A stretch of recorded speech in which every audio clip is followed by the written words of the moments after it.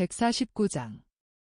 예수께서 베다니아를 떠나 요르단강 건너편으로 가신다. 내 친구 라자로, 나하고 같이 와주겠소? 라자로가 반쯤 누워서 두루마리를 읽고 있는 큰방 문지방에 나타나시면서 예수께서 말씀하신다. 선생님, 곧 가겠습니다. 어디로 갑니까? 하고 라자로는 즉시 일어나면서 말한다. 들판으로. 나는 당신과 단둘이만 있을 필요가 있소. 라자로는 예수께서 불안해하시는 것을 쳐다보고 말한다. 슬픈 소식을 제게 은밀히 말씀하실 것이 있습니까? 그렇지 않으면, 아니, 그것은 생각하고 싶지 않습니다. 아니요, 나는 당신에게서 조언을 들을 필요가 있소. 그런데 우리가 말할 것은 공기조차도 들어서는 안 돼요. 당신을 피로하게 하고 싶지 않으니까 마차를 준비하라고 시키시오. 우리가 들판 한가운데로 나가면 말하겠소? 그러면 제가 마차를 몰겠습니다. 그렇게 하면 하인까지도 저희가 말하는 것을 알지 못할 것입니다. 좋소. 그럽시다. 선생님, 지금 곧 준비하겠습니다. 조금만 있으면 준비가 다 될 것입니다. 그러면서 라자로가 나간다. 호화로운 방 한가운데에서 생각에 잠겨 계시다가 예수께서도 나오신다. 생각에 잠겨 계시면서도 예수께서는 기계적으로 두세 개의 물건을 옮겨 놓으시고 방바닥에 떨어져 있는 두루마리를 집어서 예수께 그렇게도 깊이 박혀 있는 질서에 대한 타고난 본능으로 겹친 선반에 다시 올려놓으시면서 팔을 뜨신 채 선반에 여러 층에 줄지어 놓은 미술품들을 들여다보고 계시다. 그것들은 적어도 이상하고 팔레스티나에서 흔히 볼 수 있는 것과는 다른 것이다. 그것들은 고대 그리스의 신전의 세부를 나타내는 그림으로 장식된 매우 오래된 것 같은 도들무늬 세공을 한 손잡이 둘 달린 항아리와 잔, 그리고 유골 단지들이다. 그 물건 너머로 예수께서 무엇을 보시는지는 모르겠다. 예수께서는 나오셔서 사도들이 있는 안마당으로 가신다. 선생님, 우리가 어디로 갑니까? 하고 예수께서 겉옷을 입으시는 것을 보고 사도들이 묻는다.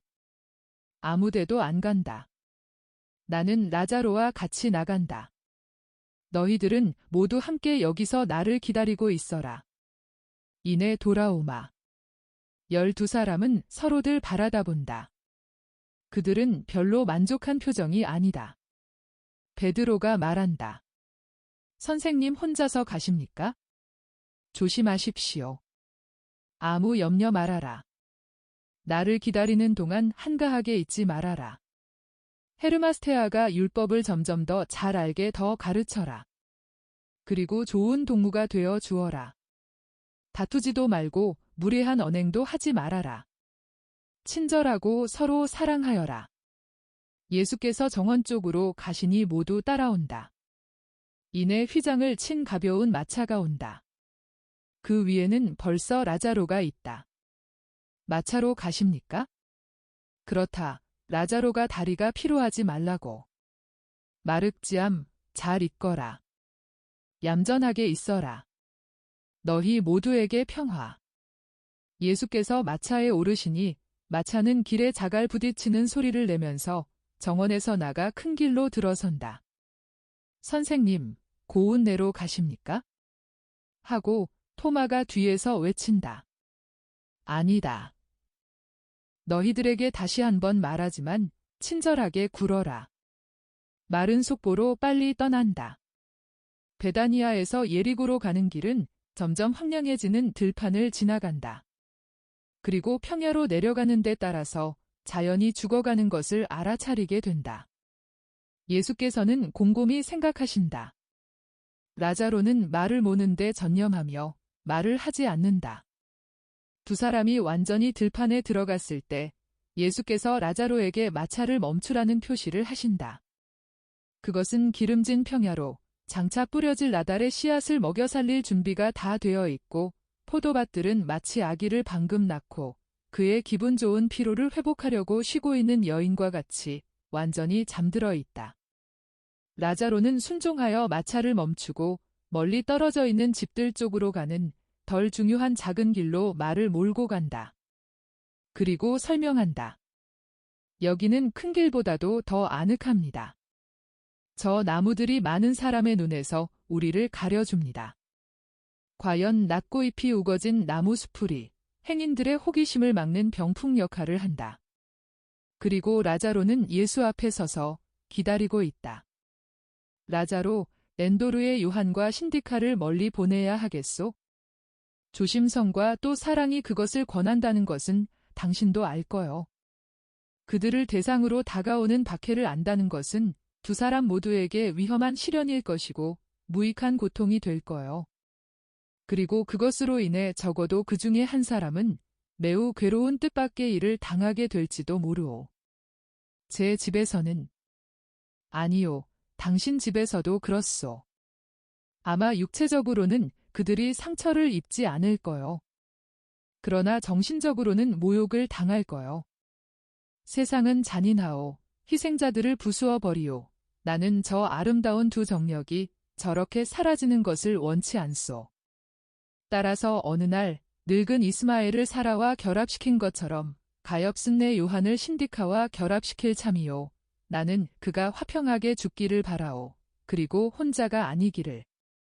그리고 이런 죄수이기 때문에 다른 데로 보내졌다는 착각을 가지고 죽지 않고 선생님을 전하라고 보낼 수 있는 개종한 제자이기 때문에 보내졌다는 생각을 가지고 죽기를 바라오. 그리고 신디카가 그를 도와줄 거요.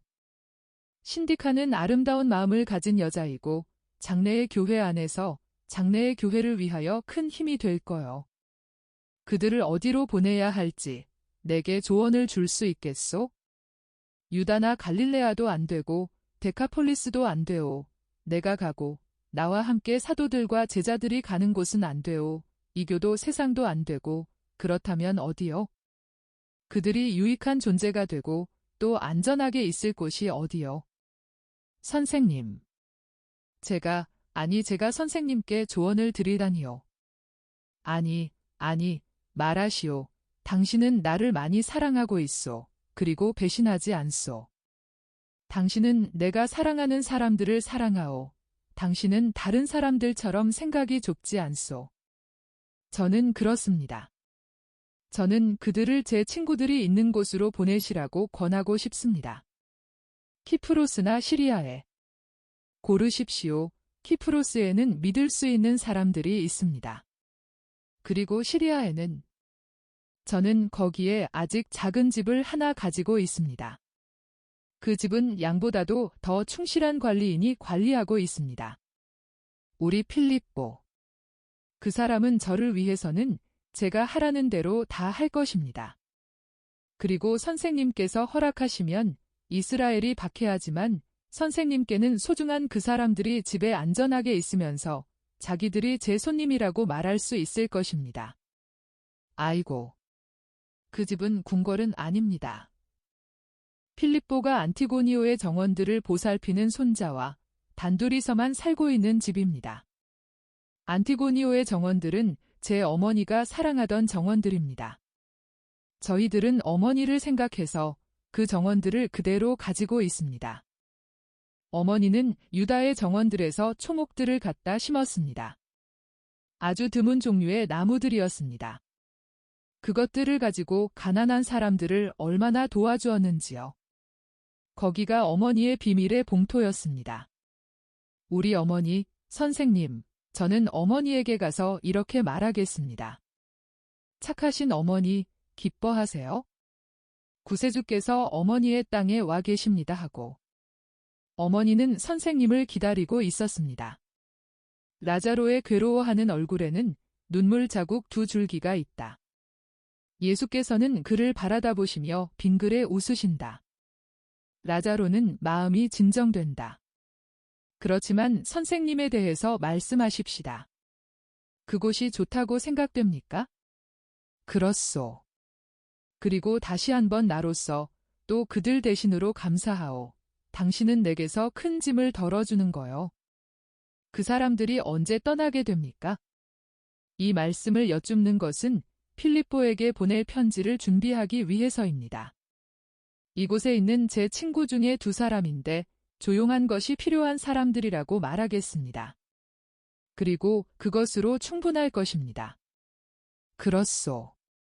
그것으로 충분할 거요. 그러나 제발 부탁이오. 공기까지도 이 모든 것을 알아서는 안 돼요. 알겠지요? 나는 정탐을 받고 있소? 알겠습니다. 제 동생들에게도 이 말을 하지 않겠습니다. 그러나 어떻게 그들을 그리로 인도하시겠습니까? 사도들을 데리고 계신데요. 이제 나는 유다, 토마, 필립보, 바르톨로메오를 안 데리고 아메라까지 올라갈 참이요. 그동안의 신디카와 요한을 철저하게 가르치겠소. 그들이 진리를 많이 비축해가지고 떠나게. 그리고는 메론으로 내려오고 거기서 가파르나움으로 가겠소. 그리고 거기서는 그 네 사람에게 다른 임무를 주어서 다시 보내겠소. 그리고 나서 두 사람을 안티오키아로 떠나 보내겠소. 나는 그렇게 할 수밖에 없소. 선생님의 제자들을 걱정하셔야 한다는 말씀이지요. 선생님 말씀이 옳습니다. 선생님께서 고민하시는 것을 보니 저는 괴롭습니다. 그러나 당신의 훌륭한 우정이 내게 매우 위안이 되오. 라자로, 고맙소. 나는 모레 떠날 터인데 당신 여동생들을 데리고 가겠소?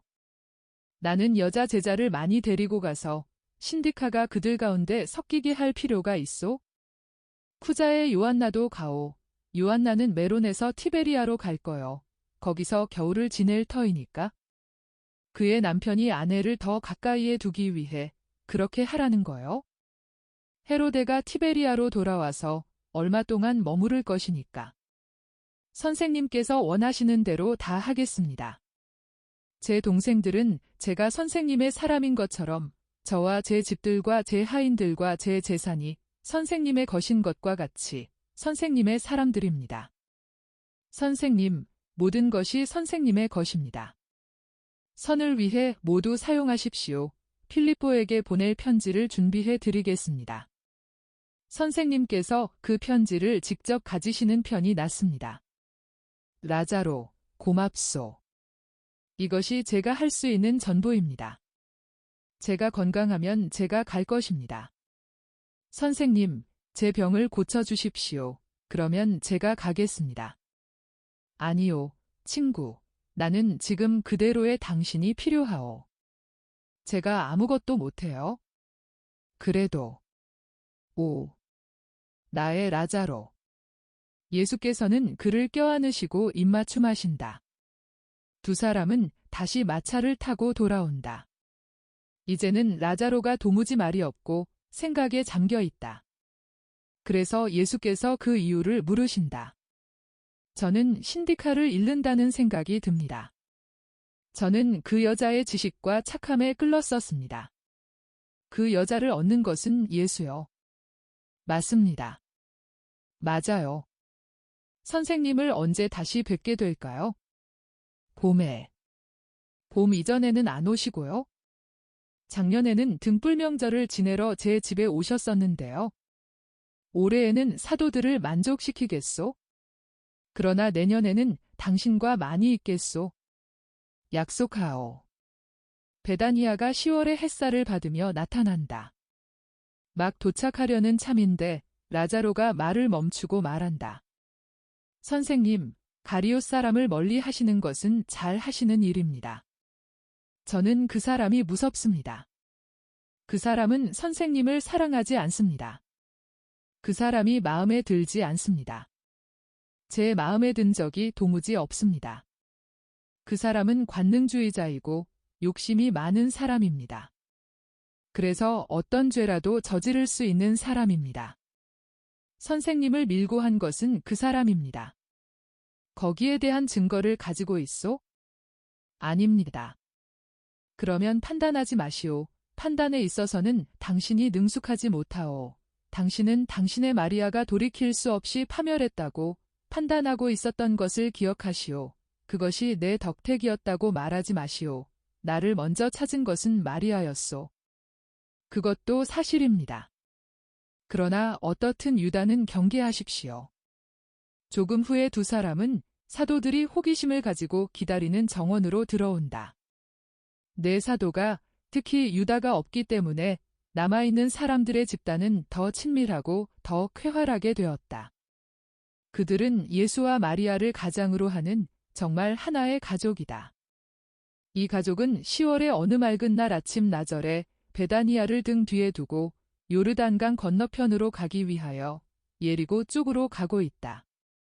여자들은 성모님을 둘러싸고 가는데 여자 제자들의 무리에는 안나리아만이 빠졌다. 즉, 세 사람의 마리아, 요한나, 수산나, 엘리사, 마르첼라, 사라, 그리고 신디카이다. 예수 둘레에는 베드로, 안드레아, 알페오의 야고보와 유다, 마테오, 제베데오의 요한과 야고보, 열성당원 시몬, 엔도르의 요한, 헤르마스테아와 티몬이 모여 있고 마륵지암은 새끼 염소 모양 깡총깡총 뛰면서 서로 몇 미터쯤 떨어져서 가고 있는 두 집단 사이를 왔다 갔다 한다.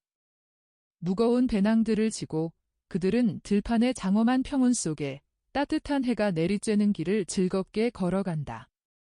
엔도르의 요한은 어깨를 내리누르는 무거운 짐을 지고 고통스럽게 걸어간다. 베드로가 그것을 알아차리고 말한다. 그 짐을 자네가 다시 가지고 오기로 했으니 이리 주게. 그것에 대해서 향수를 느꼈나? 선생님께서 이렇게 하라고 명령하셨어요. 그래. 오. 하지만. 뭐 때문에? 모르겠어요. 어제 저녁 내 책들을 챙겨라. 그리고 그걸 가지고 나를 따라오너라 하고 말씀하셨어요. 아. 좋아, 좋아. 하지만 선생님이 그렇게 말씀하셨으면 틀림없이 좋은 일이야. 아마 저 여자 때문일 거야. 그 여자 참 많이도 알고 있어. 그렇지? 그런 거 자네도 아나? 대강 저 여자만큼은요. 저 여자는 대단히 유식합니다. 그렇지만 자네는 그 짐을 지고 계속 우리를 따라올 수는 없네. 그렇지 않은가? 아, 그렇게 못한 것 같아요. 모르겠어요.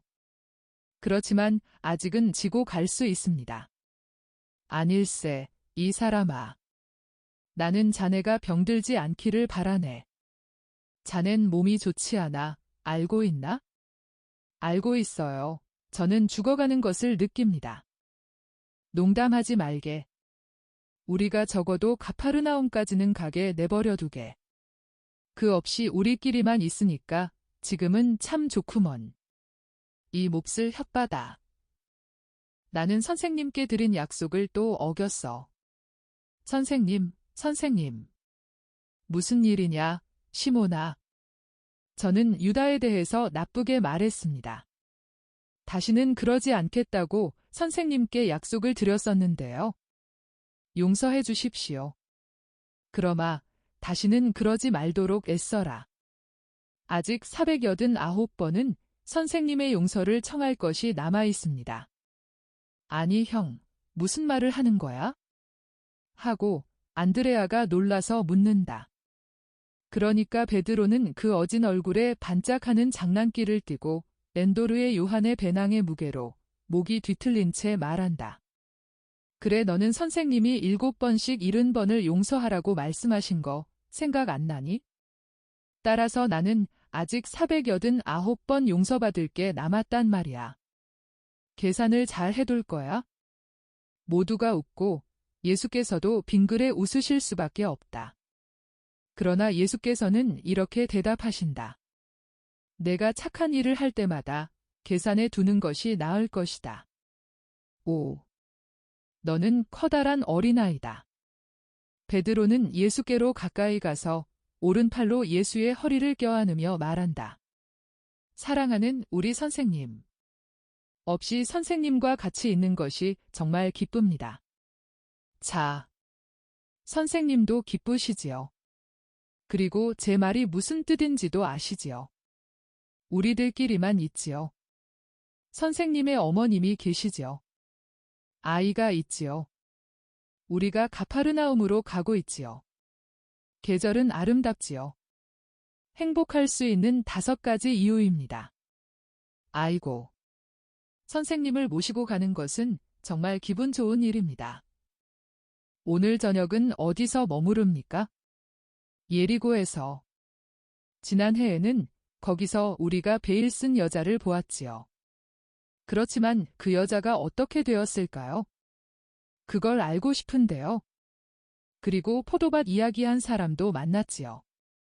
베드로가 어떻게나 요란스럽게 웃는지 웃음이 전염한다. 가리옷의 유다와 만난 장면을 다시 생각하고 모두가 웃는다.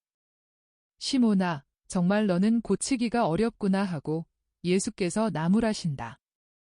선생님, 저는 아무 말도 하지 않았습니다.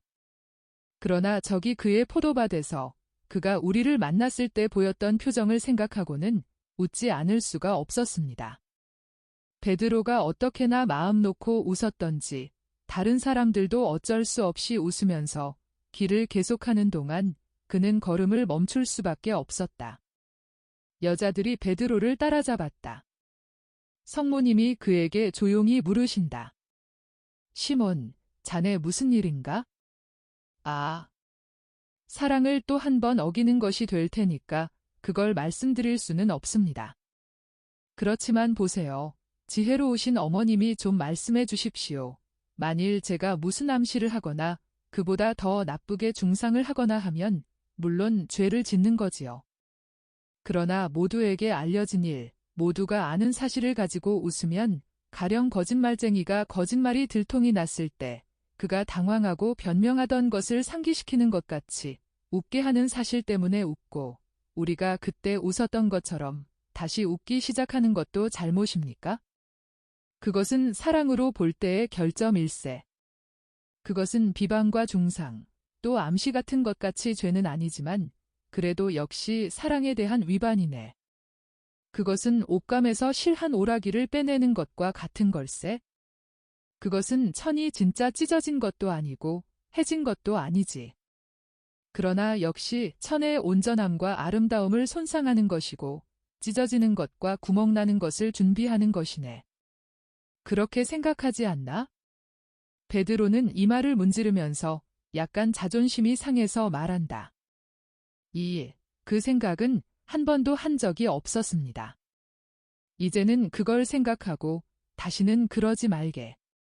뺨을 때리는 것보다 더 사랑을 해치는 깔깔거리는 웃음이 있는 걸세? 어떤 사람이 죄를 지었나? 그 사람이 거짓말을 하거나 다른 잘못을 저지르다가 우리에게 들켰나? 그러면 왜 그것을 상기시키나? 그리고 다른 사람들에게 그것을 생각하게 하나? 항상 내가 죄지은 사람이라면 다른 사람이 그 잘못을 상기시키거나 생각하게 하는 것을 내가 좋아하겠는가? 하는 생각을 가지고 형제의 잘못을 덮어두세.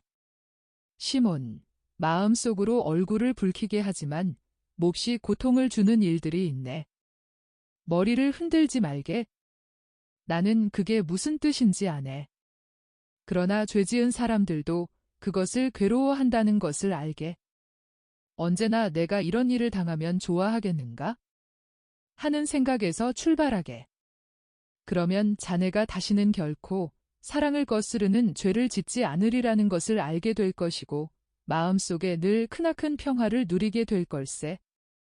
저기 마륵지암을 보게 얼마나 기쁘게 뛰놀고 노래하나. 그것은 그 애가 마음속에 아무 생각도 가지고 있지 않기 때문이야. 저 애는 여정이나 비용이나 할 말에 대해서 생각할 필요가 없네. 저 애는 다른 사람들이 이 모든 것을 제 대신 생각한다는 것을 알고 있네. 자네도 그렇게 하게. 모든 것을 하느님께 맡기게, 사람들에 대한 판단까지도. 하느님께서 인도하시는 어린아이같이 될 수 있는 동안 뭐 때문에 결정하고 판단하는 무거운 짐을 지려고 하나? 자네가 재판관과 심판관이 되어야 할 때가 올 걸세. 그때에는 자네가 이렇게 말할 걸세. 아이고. 그때에는 얼마나 더 쉽고 또 덜 위험했던가.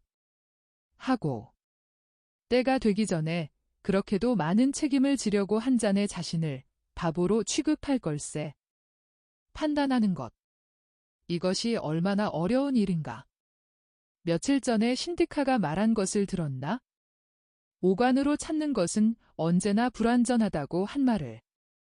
신딕하는 말을 썩 잘했네. 우리가 우리 오관의 반응에 따라서, 그러니까 매우 불완전하게 판단하는 일이 아주 많네. 판단하지 말게. 이에, 어머님. 어머님께는 정말 약속드립니다. 그렇지만 신디카가 아는 아름다운 것 모두를 저는 모릅니다. 그래서 그걸 한탄하시는 겁니까? 나는 당신이 아는 것만을 얻기 위해서 내가 아는 것 모두를 집어치우고 싶어 한다는 걸 모르세요? 정말이요? 왜?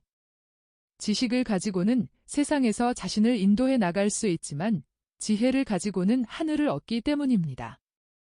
나는 지식을 가지고 있고 당신은 지혜를 가지고 있습니다.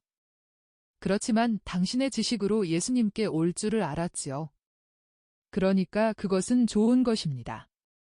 유일한 지혜를 갖추기 위해서 떼어버리고 싶은 많은 오류와 섞인 지식이에요.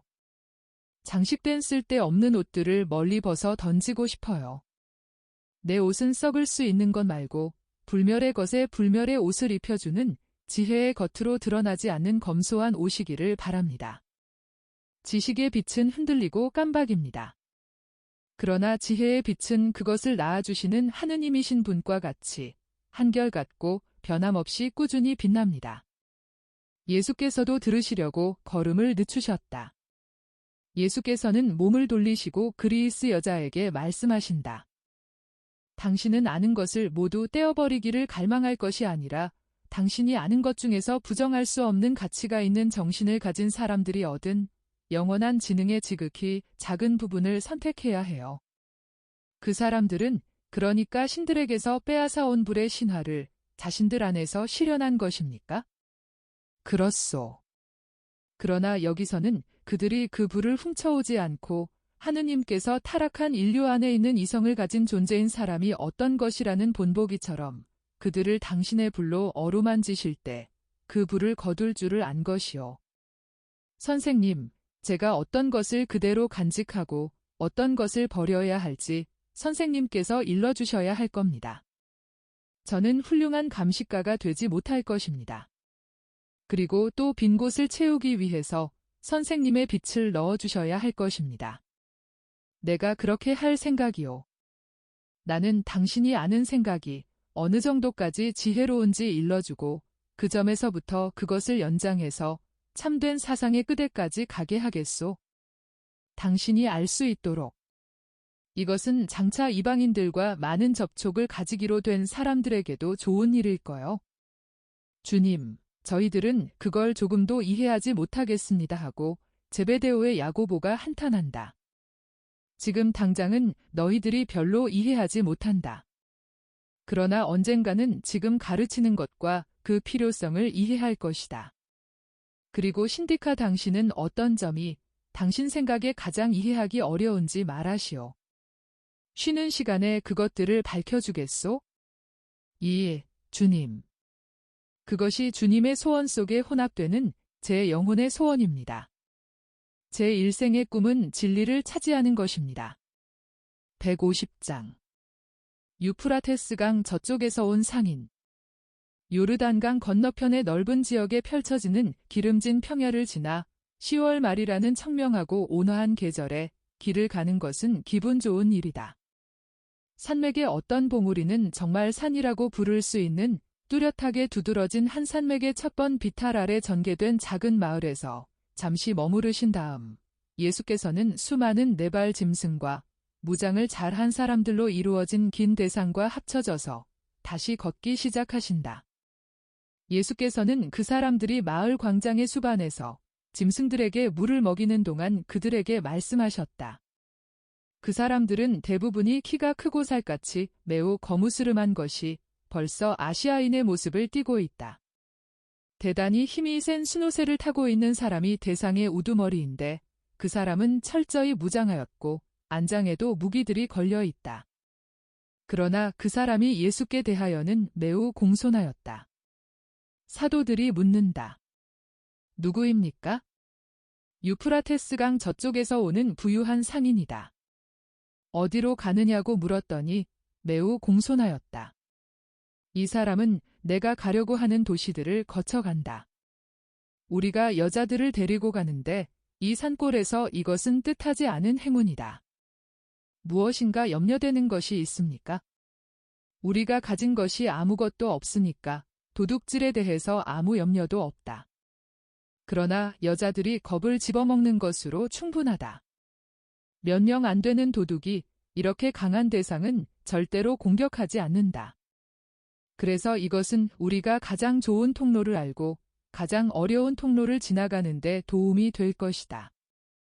저 사람이 내게 선생님은 메시아이십니까? 하고 물어서 그렇다고 했더니 이렇게 말했다. 제가 며칠 전에 이교도들의 마당에 있었는데 저는 키가 작기 때문에 선생님을 보았다기보다는 선생님의 말씀을 들었습니다. 좋습니다. 제가 선생님을 보호할 테니 선생님은 저를 보호해 주십시오. 저는 값어치가 많은 짐을 가지고 있습니다 하고. 개종자입니까? 그렇게는 생각하지 않는다. 그러나 아직 우리 민족에서 나온 사람인지도 모르겠다. 대상은 천천히 전진한다. 마치 네 발 짐승들을 너무 걷게 해서 그놈들의 기운을 지치게 하지 않으려는 것과 같다. 그러므로 보통 걸음으로 따라가기가 쉽고 또 짐승 모는 사람들이 어려운 통로에서는 고삐를 잡고 짐 실은 짐승들을 한 마리씩 지나가게 하기 때문에 자주 걸음을 멈추기까지 해야 한다. 비록 본격적인 산이기는 하지만 이 고장은 매우 기름지고 잘 경작되어 있다. 아마 동북 쪽에 있는 점점 더 높아져 가는 산들이 찬 북풍과 해로운 동풍을 막아주어서 그 때문에 농사가 잘 되는 모양이다. 대상은 어떤 급류를 끼고 가는데 그 급류는 틀림없이 요르단강으로 흘러 들어갈 것이고 물이 아주 많은데 어느 산봉우리에서 흘러내려오는지는 모르겠다. 전망이 아름답다. 서쪽으로는 요르단 평야 쪽으로 전개되는데 올라갈수록 점점 아름다워진다. 저 너머에는 북쪽 유다의 야산과 높은 산들의 우아한 모습들인데 동쪽에는 파노라마가 계속 변하고 있다. 어떤 전망은 멀리까지 넓게 트여 있고 어떤 것들은 나무가 우거지거나 바위투성이의 둥근 언덕 꼭대기와 높은 산 꼭대기가 얼기설기 뒤얽혀 있는 것이 보여 마치 미로의 뜻하지 않은 담처럼 길을 막는 것 같다. 해는 하늘과 구름의 비탈들을 새빨갛게 물들이며 유다의 산 뒤로 내려가고 있다. 그때 부유한 상인이 멈추어 서서 대상 행렬을 지나가게 하고 예수를 부른다. 밤이 되기 전에 마을에 도착해야 합니다. 그러나 선생님과 함께 있는 사람들 중에 피로해 보이는 사람이 많군요. 이것은 힘든 대목입니다. 호송하는 순호새에 그들을 타게 하십시오. 그놈들은 얌전한 짐승들입니다. 그놈들은 밤새 내내 쉴 터이고 게다가 여자는 태우고 가기에 힘들지 않습니다. 예수께서 제안을 받아들이시니 그 사람은 여자들을 짐승에 태우기 위하여 정지를 명한다. 예수께서 엔도르의 요한도 노새에 오르게 하신다. 예수를 포함하여 걸어가는 사람들은 여자들을 위하여 걸음걸이가 더 안전하게 하려고 고삐를 잡는다. 마륵지암도 남자 노릇을 하고자 하며 피로해 죽겠는데도 아무하고도 같이 올라타기를 절대로 원치 않고 오히려 성모님이 타신 노새의 고삐를 잡는다. 그러니까 성모님은 예수와 어린아이 사이에 계시게 되었다. 아이는 용감하게 걸어 나아간다. 상인은 예수 곁에 남아 있었는데 성모님께 이렇게 말한다. 어머니, 저 동네가 보이지요? 저기가 라모입니다. 우리는 거기에 머무를 것입니다. 제가 1년에 2번씩 이 길로 다니기 때문에 여관 주인이 저를 잘 입니다. 또 2번은 물건을 팔고 사고 하려고 해안을 끼고 갑니다. 이것이 제 생활입니다. 힘든 생활이지요. 그러나 저는 아이가 12이나 되는데 다들 어립니다. 저는 늦게 결혼했습니다. 제가 떠날 때 막내는 난 지 80해째였습니다. 그런데 이번에 다시 보게 될 때는 첫이가 났을 것입니다. 다복한 가정이로군요 하고 성모님이 말씀하시고 하느님께서 대개 가정을 보존해 주시길 바랍니다 하고 말을 마치신다. 저는 하느님의 도우심을 받을 자격이 정말 별로 없지만 그 도우심에 대해서 불평은 하지 않습니다. 예수께서 물으신다. 댁은 적어도 개종자이기는 합니까? 그래야 하긴 할 것입니다. 제 조상들은 진짜 이스라엘 사람들이었습니다. 그러다가 저희들은 그곳 환경에 적응하고 말았습니다. 영혼이 적응하는 공기는 하나밖에 없습니다. 그것은 하늘의 공기입니다. 옳은 말씀입니다. 그러나 아시겠어요? 증조부께서 이스라엘 여자가 아닌 여자와 결혼하셨습니다. 그 아들들은 덜 충실했습니다. 아들들의 아들들은 이스라엘 사람들이 아닌 여자들과 결혼해서 아이들을 낳았는데 그 아이들은 유다의 이름에 대해서 경의를 가지고 있을 뿐입니다. 우리는 근본을 따지자면 유다인이니까요. 이제 손자들의 손자인 저는 아무것도 없습니다. 모든 사람과 접촉하는 바람에 모든 사람에게서 따와서 아무에게도 소속되지 않게 되기에 이르렀습니다. 당신은 틀리게 추론합니다. 내가 그것을 증명하겠습니다. 만일 당신이 좋은 길이라는 것을 알고 있는 이 길로 가다가 대여섯 사람을 만났는데 그 사람들이 아니요, 이쪽으로 가시오, 뒤로 돌아가시오, 걸음을 멈추시오, 동쪽으로 가시오, 서쪽으로 도시오라고 말하면 당신은 뭐라고 말하겠습니까? 저는 이렇게 말할 것입니다. 나는 이 길이 제일 가깝고 제일 쉬운 길이라는 것을 아오. 그러니 나는 이 길을 버리지 않겠소 하고요. 혹은 또 거래를 해야 하고 성공하는 방식을 아는 당신이 순전히 허풍으로나 교환한 타산으로 다르게 하라고 말하는 사람들의 말을 듣겠습니까? 아닙니다. 저는 제 경험으로 가장 좋은 것임을 아는 것을 따르겠습니다. 좋습니다. 근본이 이스라엘 사람인 당신은 당신 뒤에 수천 년을 내려온 믿음을 가지고 있습니다. 당신은 어리석지도 않고 무식하지도 않습니다. 그런데 돈 문제나 길의 안전 문제에서는 그것을 물리칠 줄 알면서 왜 믿음의 문제에서는 모든 사람의 절충을 받아들입니까? 인간적으로만 말한다 하더라도 이것이 불명예스러운 일이라고 생각되지 않습니까? 하느님을 돈과 길 뒤로 물리쳐 놓는다는 것이 말입니다. 저는 하느님을 뒤로 물리쳐 놓지 않고 오히려 하느님을 잊어버렸습니다. 그것은 당신이 장사와 돈과 생명을 신으로 삼았기 때문입니다. 그러나 이것들을 당신이 가지도록 허락하시는 것도 역시 하느님이십니다. 그러면 왜 성전에 들어갔었습니까? 호기심으로요. 길을 오는 중에 상품 매매를 한 집에서 나오다가 선생님을 떠받드는 한때의 사람을 보았습니다. 그리고 아스칼론에서 양탄자를 짜는 여인 집에서 가졌던 대화가 생각났습니다. 그때 저는 선생님이 그 여자가 말한 분이 아닌가 하는 짐작이 들어서 누구냐고 물었습니다. 그리고 사실을 알고서는 선생님을 따라갔습니다. 저는 그날 장사는 끝냈었습니다. 그러다가 선생님을 놓쳤습니다. 예리고에서 선생님을 다시 보았지만 그저 잠시뿐이었습니다. 그러다가 오늘 다시 선생님을 만났습니다. 자, 이렇게 된 것입니다. 보시오, 하느님께서 우리를 연결시키시고 우리의 길을 교차시키십니다. 나는 당신의 친절에 감사하기 위해 당신에게 줄 선물이 없소.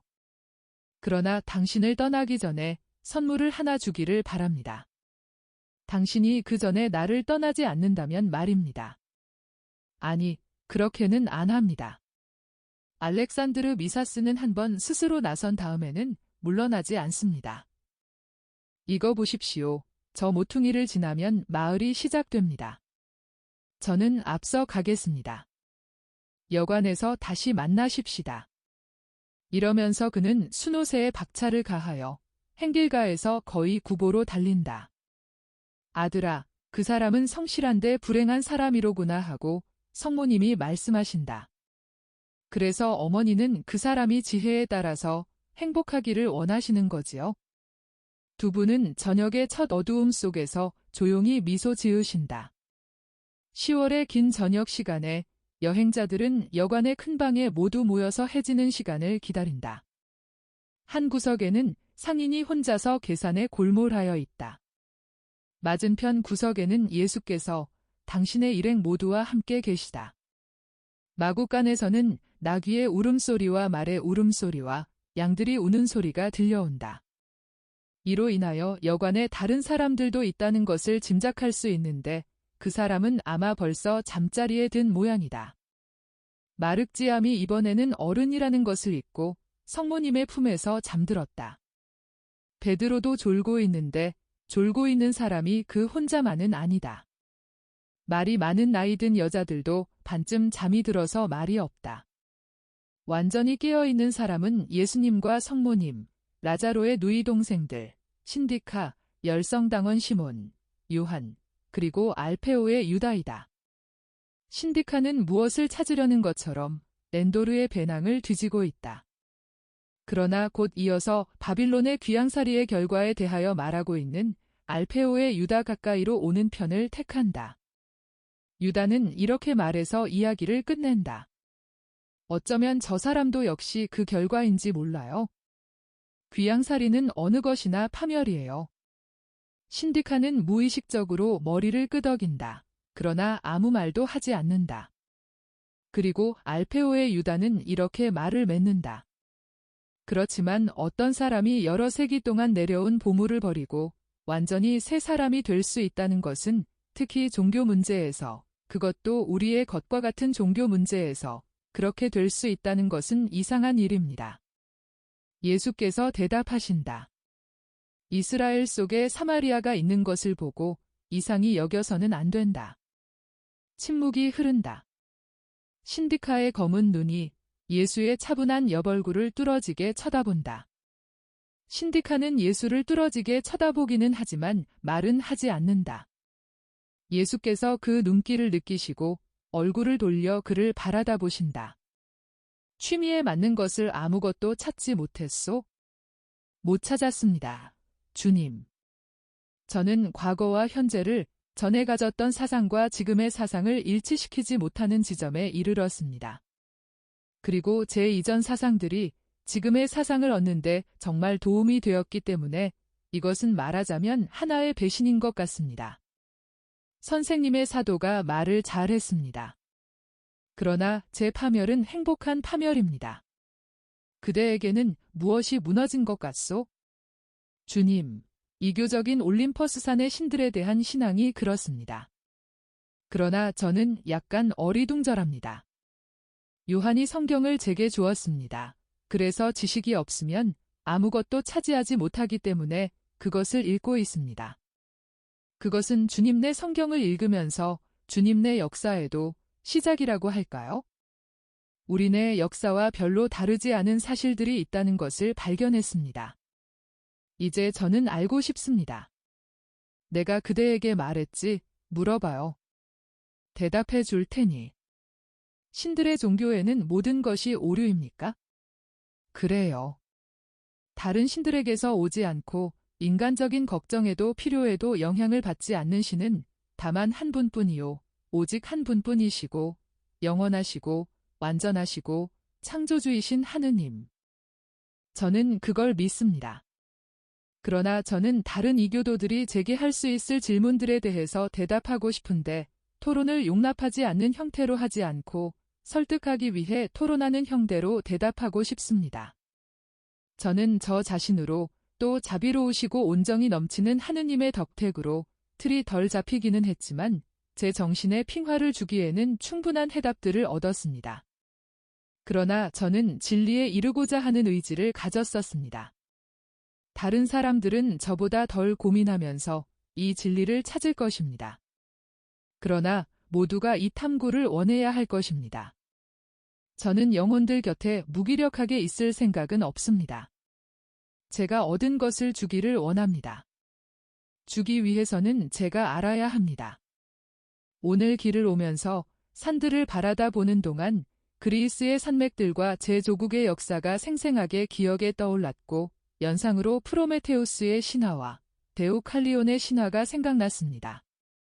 주님네도 루치페르가 벼락을 맞은 것, 진흙에 생명을 불어넣은 것, 노아의 홍수의 이와 비슷한 것이 있습니다.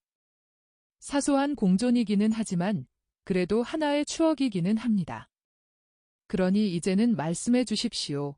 만일 선생님네와 우리들 사이에 접촉이 없었더라면 우리가 어떻게 그런 것들을 알 수 있었겠는지, 또 선생님네가 그것들을 확실히 우리보다 먼저 알고 있었는데 우리도 그것들을 알았다면 그 기원으로 거슬러 올라갈 방법은 없겠는지요? 우리들은 지금 많은 것을 모르고 있습니다. 그렇다면 어떻게 우리가 수천 년 전에 선생님네 진리들을 상기시키는 전설들을 가지게 되었습니까? 이봐요. 그대는 그 누구보다도 그런 질문을 하지 말아야 할 거요. 그대는 과연 그 자체로 그대의 질문에 해답을 줄 수 있을 책들을 읽었소. 그대는 오늘 연상으로 고향의 산에 대한 추억에서 고국의 신화들의 추억과 그 비교로 넘어갔소. 그렇지요. 왜 그렇게 되었소? 제 생각이 잠을 깨면서 기억을 했기 때문입니다. 아주 잘 대답했소. 그대의 땅에 종교를 준 가장 옛날 사람들의 영혼들조차도 기억을 한 거요. 계시된 종교에서 떨어진 불완전한 사람이 할 수 있는 것처럼 희미하게 기억한 거요. 그러나 그 영혼들은 여전히 기억을 한 거요. 세상에는 종교가 많아요. 그런데 만일 우리가 여기에 분명한 그림으로 그 종교들의 모든 특색을 가지고 있으면 우리는 많은 진흙 속에 파묻혀 있는 금실 같은 것이 있다는 것을, 참된 진리의 작은 조각들이 들어있는 매듭들이 있는 실이 있다는 것을 알게 될 거요. 그러나 우리가 모두 같은 포도나무 그루에서 오지 않았습니까? 선생님께서 그렇게 말씀하셨지요. 그러면 원그루에서 온 옛날 사람들의 또 옛날 사람들은 왜 참된 진리를 가져올 줄을 몰랐습니까? 그들이 진리를 가지지 못하게 한 것은 불공평한 일이 아닙니까? 그대는 창세기를 읽었지요. 거기서 무엇을 발견했소? 처음에는 사람의 세 가지 상태, 즉 물질, 생각, 정신을 포괄하는 복잡한 죄를 발견했고, 그 다음에는 형제살해, 다음에는 사람들의 마음속에 빛을 간직해 두려는 예속의 일을 상쇄하기 위한 이중살인을, 그 다음에는 하느님의 아들들과 사람의 딸들의 관능적인 결합을 발견했소? 그리고 그대들의 신화에서 말하는 것처럼 돌에서가 아니고 또 인간의 직업으로 생명을 주는 불을 훔쳐온 데서가 아니라 하느님의 활동으로 생명을 주는 불을 불어 넣어주신 것으로 인해서 하느님의 모습을 닮은 사람의 형상으로 빚어진 첫 번째 진흙에 생명이 주어졌었는데, 홍수로 깨끗하게 하고 좋은 씨에서부터 인정을 다시 만들었는데도 불구하고 다시 교회 누룩이 생겨나고 하느님께 대한 모독이 생겨났소. 우리는 하늘에까지 올라간다 하고 그리고 그들이 흩어지고 서로 말을 알아듣지 못하게 되어라라는 하느님의 저주가 있었소. 그래서 하나밖에 없던 그루가 마치 무리바위에 부딪히면서 여러 줄기의 게을로 갈라져 다시 합쳐지지 않는 것 모양으로 갈라져 하나밖에 없던 인종이 여러 인종으로 갈라졌소. 그의 죄와 하느님의 벌로 인하여 도망치는 인류는 이렇게 흩어져서 다시는 합쳐지지 않으며 교만이 만들어낸 혼란을 가지고 다니는 거요.